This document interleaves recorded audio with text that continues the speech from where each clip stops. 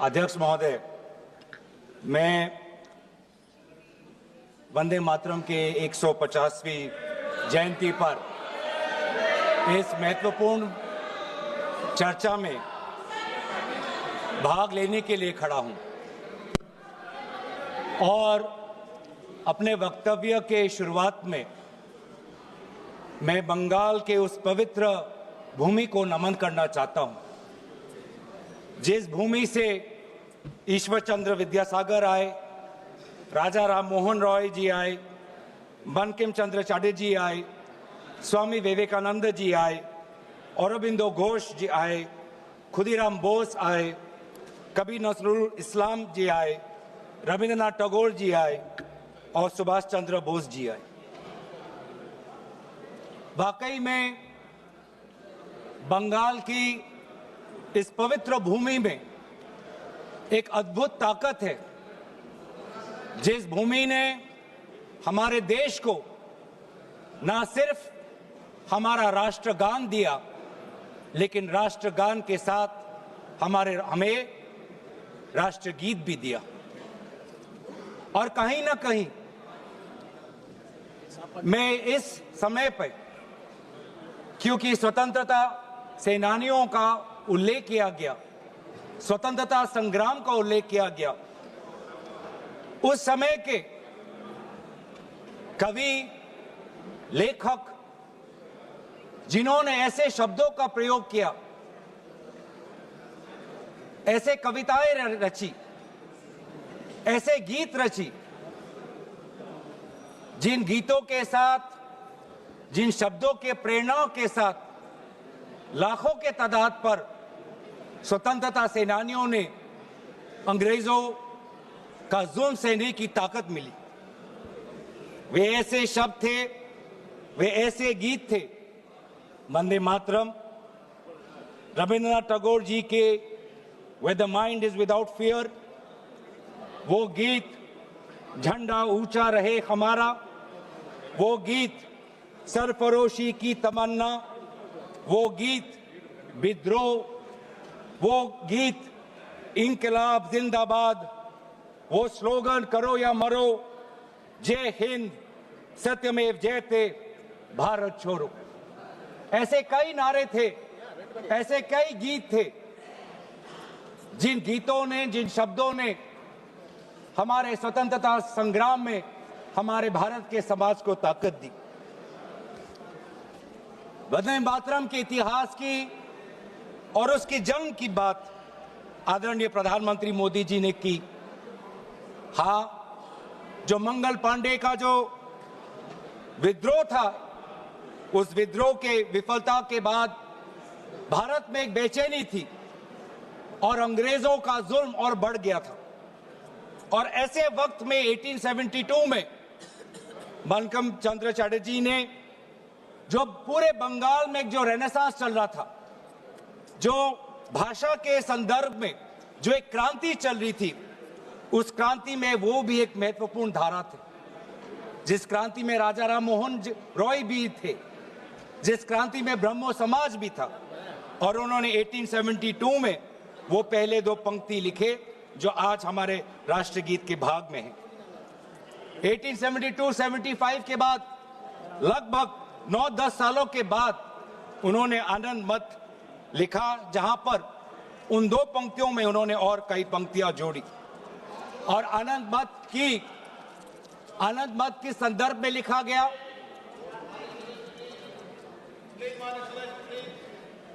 आनंद मत उस संदर्भ में लिखा गया जिस समय ईस्ट इंडिया कंपनी इस प्रकार के टैक्स हमारे किसानों पर लगा रही थी कि जीना बहुत मुश्किल हो गया था।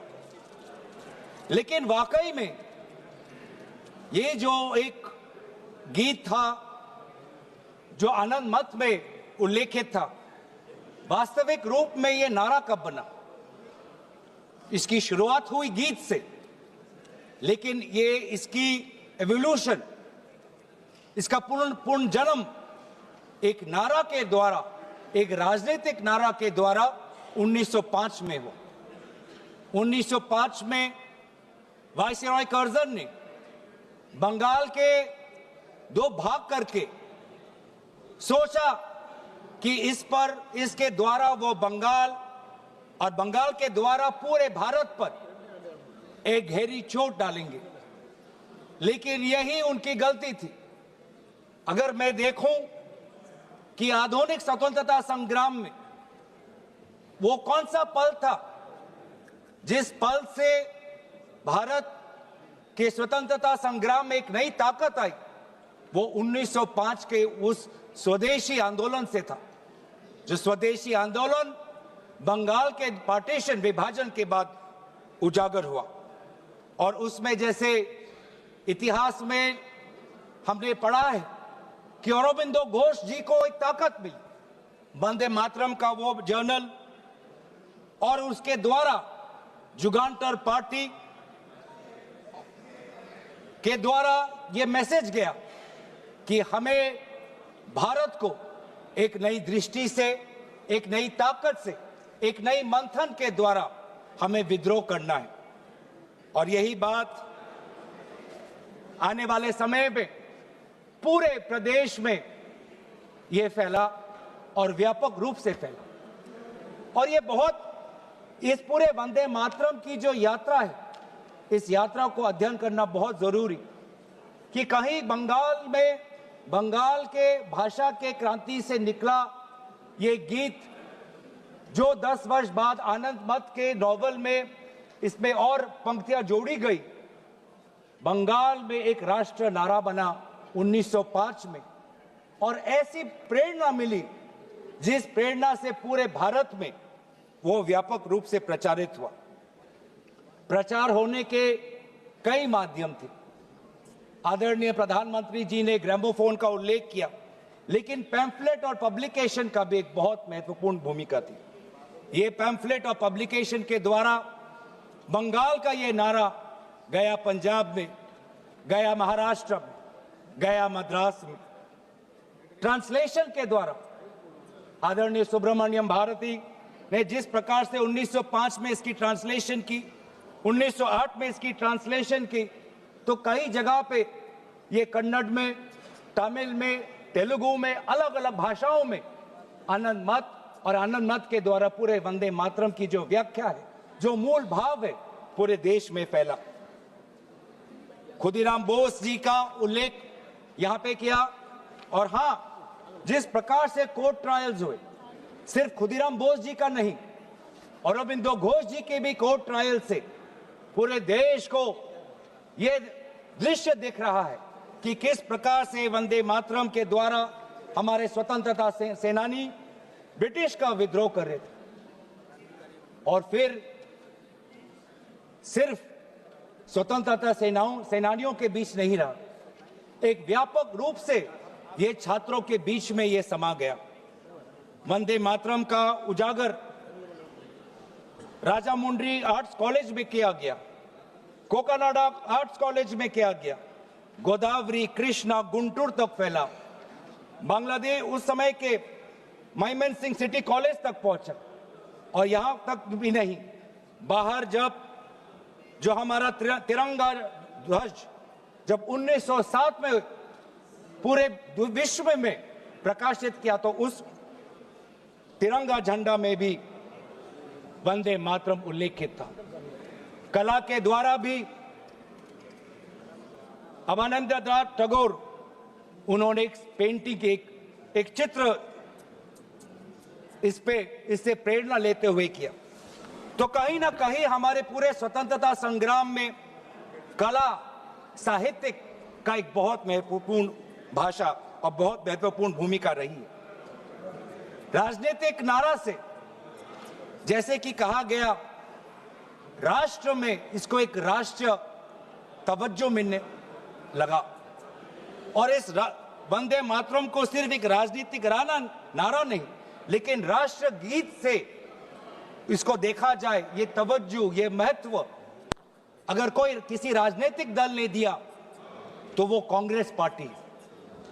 कांग्रेस पार्टी ने जब 1905 का स्वदेशी आंदोलन भी नहीं हुआ, 1896 में कलकत्ता में कांग्रेस के अधिवेशन में गुरुदेव रविंद्रनाथ टैगोर जी ने खुद वंदे मातरम को एक मधुर वाणी में उन्होंने उसका गीत प्रदर्शित किया और बाद में उन्होंने एक चिट्ठी में लिखा भी पंडित नेहरू को that the privilege of originally setting the first stanza of Vande Mataram to the tune was mine when the author was still alive.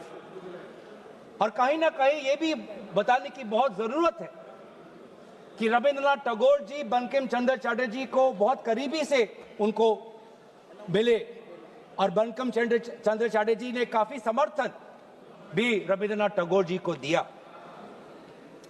1905 में स्वदेशी आंदोलन भी हुआ और 1905 में कांग्रेस का बनारस में अधिवेशन हुआ, जिस बनारस के अधिवेशन में अध्यक्ष कर रहे थे जी.के. गोखले साहब और दोबारा 1905 के उस बनारस के अधिवेशन में सरला देव चौधरी जी ने वंदे मातरम का गीत प्रदर्शित किया।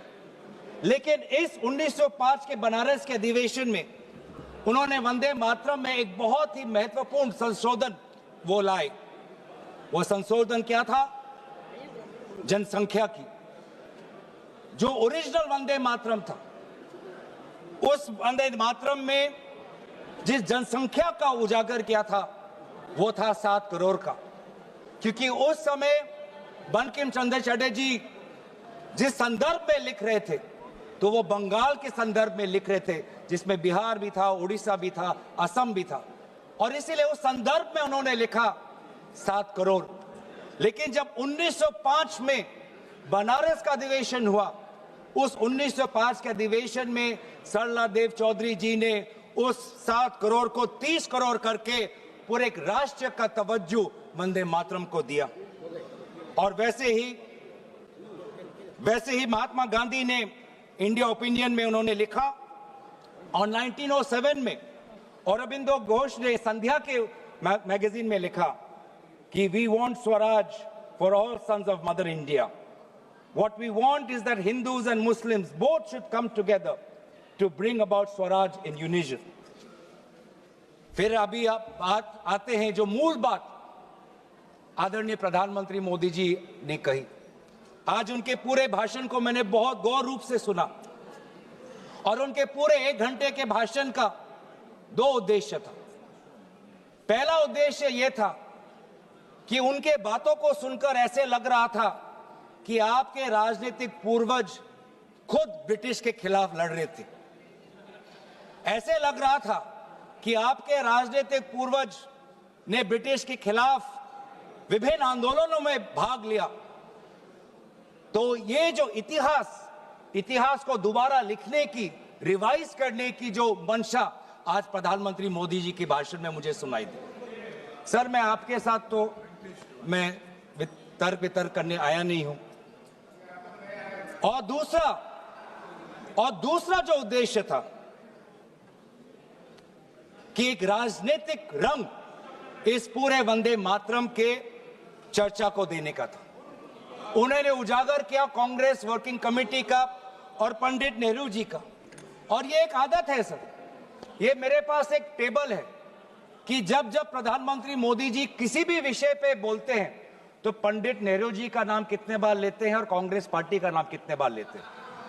मैं बस एक ही उदाहरण देना चाहता हूं कि इससे पहले ऑपरेशन सिंदूर का डिबेट में हमने आदरणीय प्रधानमंत्री मोदी जी को सुना। क्या आप जानना चाहेंगे कि पंडित नेहरू का नाम कितने बार उन्होंने लिया? 14 बार। ऑपरेशन सिंदूर पे 14 बार उन्होंने पंडित नेहरू का नाम लिया। और कांग्रेस पार्टी का कितने बार? 50 बार। वैसे ही जब संविधान का 75th एनिवर्सरी मनाया जा रहा था तब 10 बार पंडित नेहरू जी का नाम लिया और 26 बार कांग्रेस पार्टी का। उस प्रकार से जब 2022 में जब राष्ट्रपति अभिभाषण पे प्रधानमंत्री मोदी जी अपना बात रख रहे थे तो 15 बार पंडित नेहरू का नाम लिया। 2020 में, सर मैं आपके साथ तर्क वितर्क नहीं करने आया सर, 2020 में जब राष्ट्रपति अभिभाषण पे प्रधानमंत्री मोदी जी ने भाषण दिया तो 20 बार पंडित नेहरू का नाम लिया। तो इसीलिए उनका आज दूसरा उद्देश्य तो मैं समझ गया, लेकिन बड़े विनम्रता से मैं आदरणीय प्रधानमंत्री मोदी जी को मैं कहना चाहता हूं और उनके पूरे मैं दल को कहना चाहता हूं और पूरे इनके ढांचे को कहना चाहता हूं, आप चाहे जितना भी कोशिश कर लो, आप पंडित नेहरू जी के जो उनका योगदान था उस पे एक भी काला दाग आप लगाने में सक्षम नहीं होंगे। आप चाहे पूरे कोशिश कर लो, आप एक भी उन पे काला दाग लगाने में आप सफल नहीं होंगे। हाँ, कांग्रेस वर्किंग कमेटी में और उससे पहले मुस्लिम लीग का विद्रोह था। मुस्लिम लीग ये कहना चाहती थी कि पूरा वंदे मातरम को बहिष्कार करना चाहिए, पूरे वंदे मातरम को बहिष्कार करना चाहिए, लेकिन मुस्लिम लीग को यह अधिकार कहां से मिला? और क्या मुस्लिम लीग के अनुसार हमारा देश चलेगा? क्या मुस्लिम लीग के अनुसार क्या कांग्रेस पार्टी चलेगी? कतई नहीं। हमारे उस समय के जो हमारे नेता थे मौलाना आजाद साहब, उन्होंने स्वयं कहा कि मुझे वंदे मातरम में कोई भी आपत्ति नहीं है। यह फर्क है कांग्रेस के मौलाना आजाद और मुस्लिम लीग के जिन्ना के बीच में। और उन्होंने लाख कोशिश करने के पश्चात भी, लाख दबाव डालने के पश्चात भी 1937 के कांग्रेस वर्किंग कमेटी में के सेशन में यह निर्णय लिया गया कि जहां पर भी नेशनल गैदरिंग होगी वहां पर हम शुरुआत में वंदे मातरम के पहले दो पंक्तियों को हम गाएंगे। इस सिद्धांत को मुस्लिम लीग ने बहुत बड़ी इसकी आलोचना की, बहुत बड़ी आलोचना की, और आलोचना हिंदू महासभा ने भी की। ये कभी कभी हिंदू महासभा और मुस्लिम लीग के जो राजनीतिक उद्देश्य है वो एक हो जाते हैं।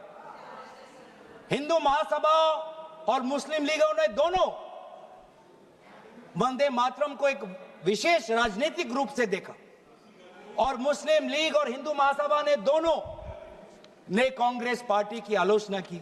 लेकिन कांग्रेस पार्टी अगर चलेगी तो किसी हिंदू महासभा या किसी मुस्लिम लीग की नहीं, भारत के जो हमारे आबादी है, भारत की जो हमारी जनसंख्या है, भारत में जो वंदे मातरम के जो मूल भाव है उसके साथ मूल भाव। आप बार बार वंदे मातरम की आप बात कर रहे थे आदरणीय प्रधानमंत्री जी। वंदे मातरम किस संदर्भ में लिखा गया? ब्रिटिश के विद्रोह में वंदे मातरम का नारा कब लगाते थे? जब हम ब्रिटिश के अंदर हम खौफ पैदा करना चाहते थे। वंदे मातरम का नारा कब लगाते थे? जब हम ब्रिटिश को बताना चाहते थे कि हम डरेंगे नहीं, हम झुकेंगे नहीं। तो ये था मूल भाव वंदे मातरम का, ब्रिटिश के विद्रोह करने का। मैं पूछना चाहता हूं कि आपके राजनीतिक पूर्वजों ने वंदे मातरम की इस मंशा को आपने कब पूरा किया? कब आपने ब्रिटिश का विद्रोह किया? कब किया? आप वंदे मातरम का उद्देश्य था कि ब्रिटिश को के बीच में डर फैलाना। मैं पूछना चाहता हूं कि आपने उस मंशा को कब पूरा किया? 1937 की आप बात करते हैं और 1937 में आपको आपत्ति है, तो मैं पूछना चाहता हूं कि 1942 में जब भारत छोड़ो आंदोलन था तब आपके राजनीतिक पूर्वज कहां थे? अगर आपको लगता है कि वंदे मातरम के साथ कांग्रेस पार्टी ने उसको दुर्बल करने की एक साजिश की, तो मैं पूछना चाहता हूं कि आपने जब वंदे मातरम का जो मूल उद्देश्य था कि अंग्रेजों भारत छोड़ो, तो उस भारत छोड़ो के आंदोलन में आप लोग कहां थे? क्या इतिहास गवाह नहीं कि आपके राजनीतिक पूर्वज में उनका नाम नहीं लेना चाहता कि उन्होंने खुद कहा था कि इस आंदोलन में भाग नहीं लेने का?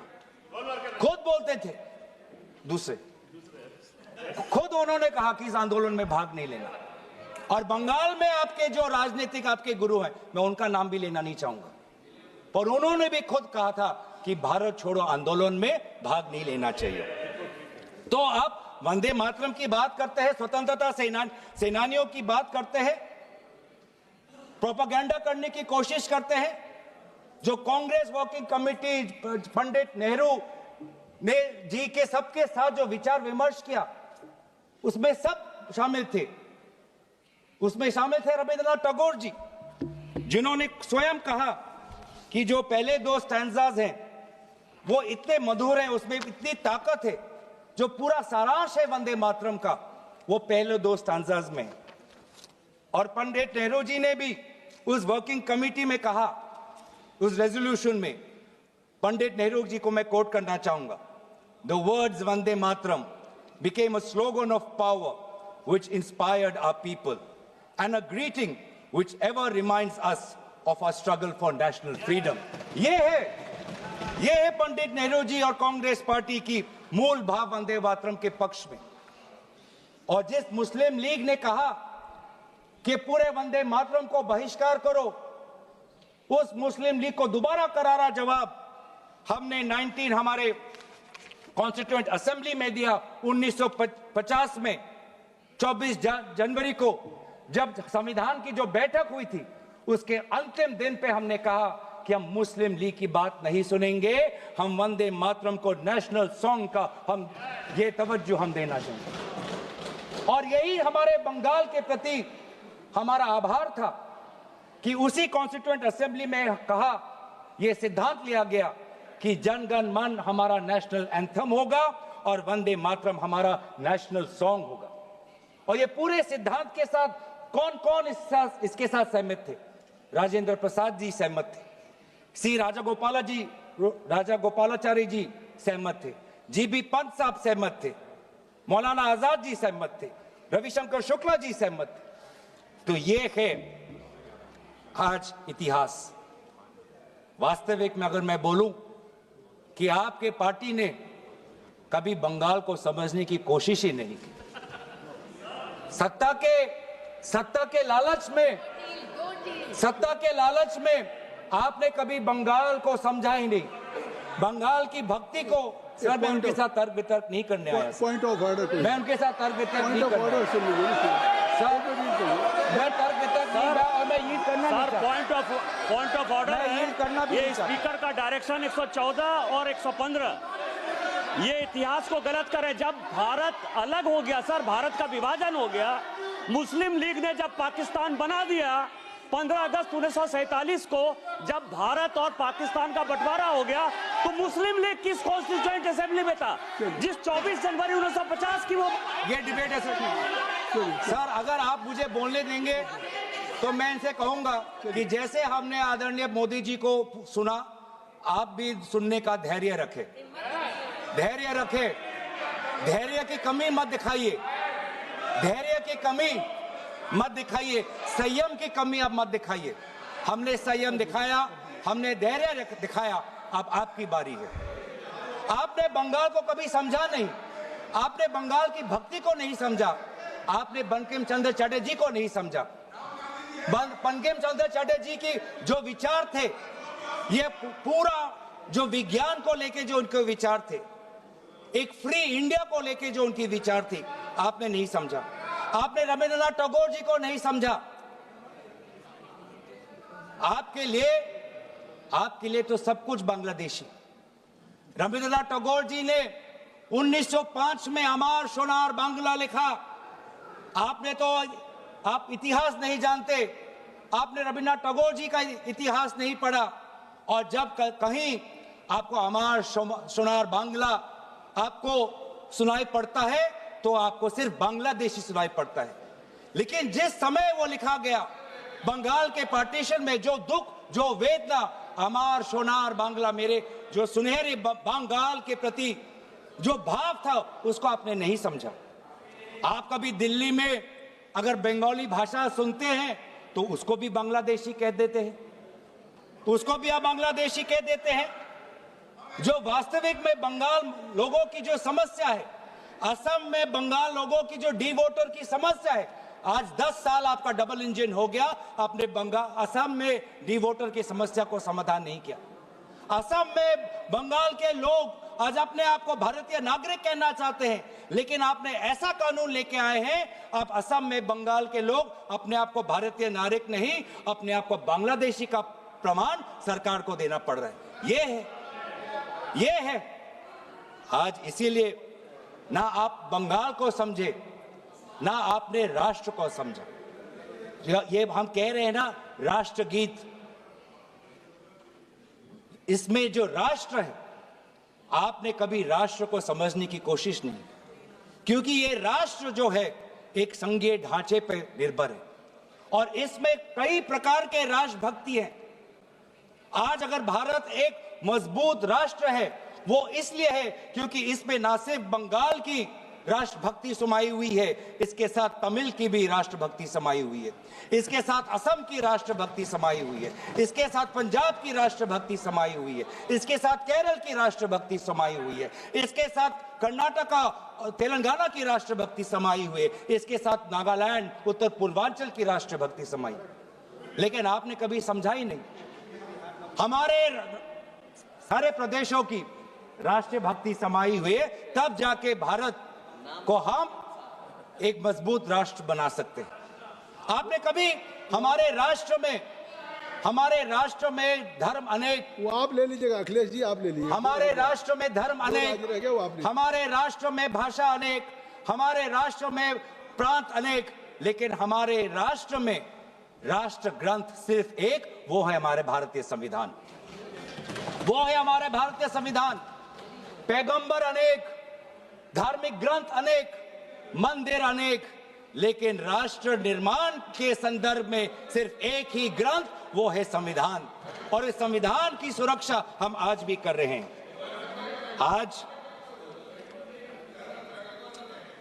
आज राष्ट्र की बात आप करते हैं, मैं पूछना चाहता हूं कि आपने जो हमारा नेशनल एंथम है, आप चाहते थे कि वंदे मातरम हमारा नेशनल एंथम बने, लेकिन जब पूरे देश ने जनगण मन को नेशनल एंथम, रविंद्रनाथ टैगोर जी के द्वारा रचित जनगण मन को नेशनल एंथम का तवज्जो दिया, तो आपके राजनीतिक पूर्वजों ने लगभग 52 साल आपने ना राष्ट्रीय तिरंगा अपने शाखाओं में लगाया, ना राष्ट्रीय नेशनल एंथम अपने शाखाओं में कहा। आप राष्ट्र की बात करते हो, ना नेशनल एंथम को आपने तवज्जो दी, न भारत के तिरंगा को आपने तवज्जो दिया। आप क्या राष्ट्र की बात करते हो? लेकिन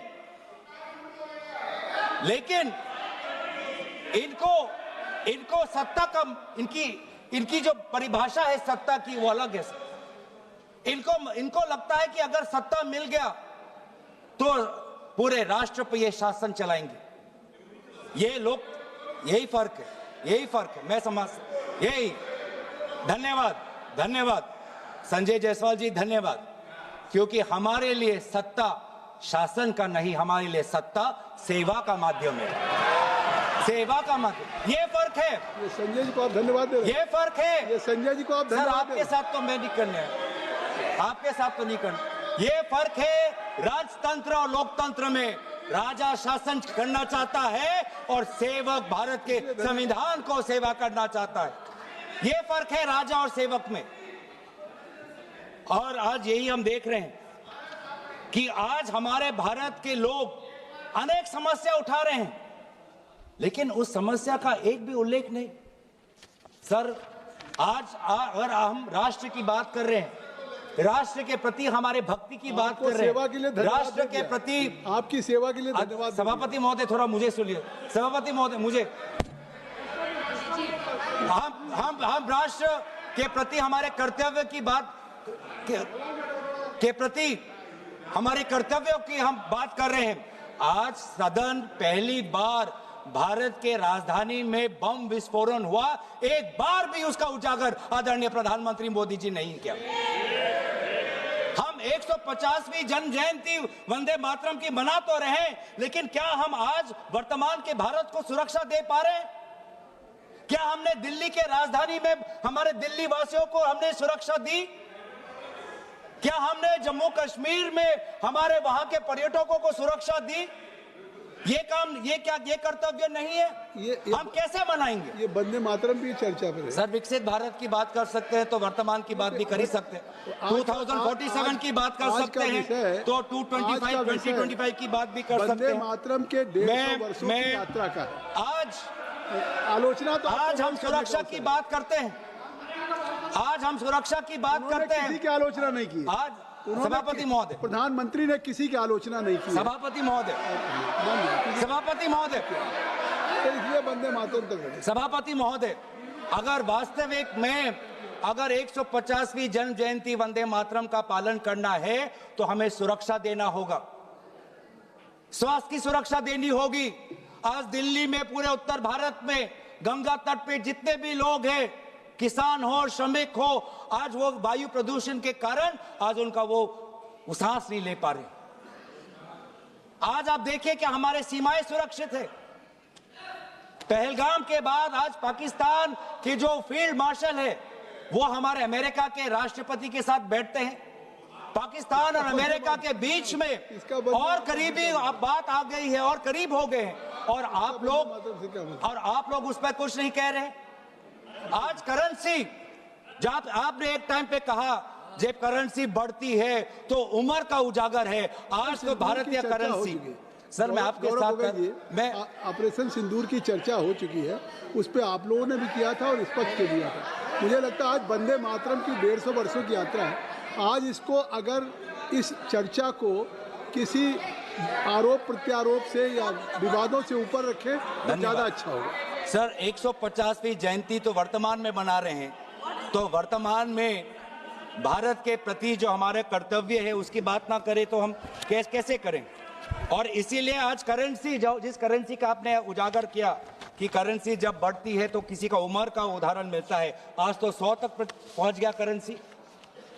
तो ना वायु प्रदूषित है, ना वायु से हम सुरक्षित है, ना करेंसी हमारी सुरक्षित है, ना हमारी सीमा सुरक्षित है, ना हमारे दिल्ली में हम सुरक्षित है, ना जम्मू कश्मीर और लद्दाख में जो सुरक्षा उनको मिलनी चाहिए, जो राजनीतिक सुरक्षा मिलना चाहिए, जो संपूर्ण राज्य का दर्जा मिलना चाहिए, जो यूटी का दर्जा मिलना चाहिए, ना उनको हम दे पा रहे हैं।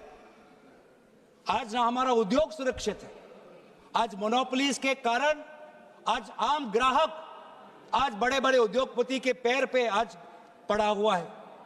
इंडिगो के आज हम देख रहे हैं कि एक मोनोपोली आई, जिस मोनोपोली के कारण आज आम व्यक्ति आज रो रहा है। आज एक आम व्यक्ति आज उसके घर उजड़ गए।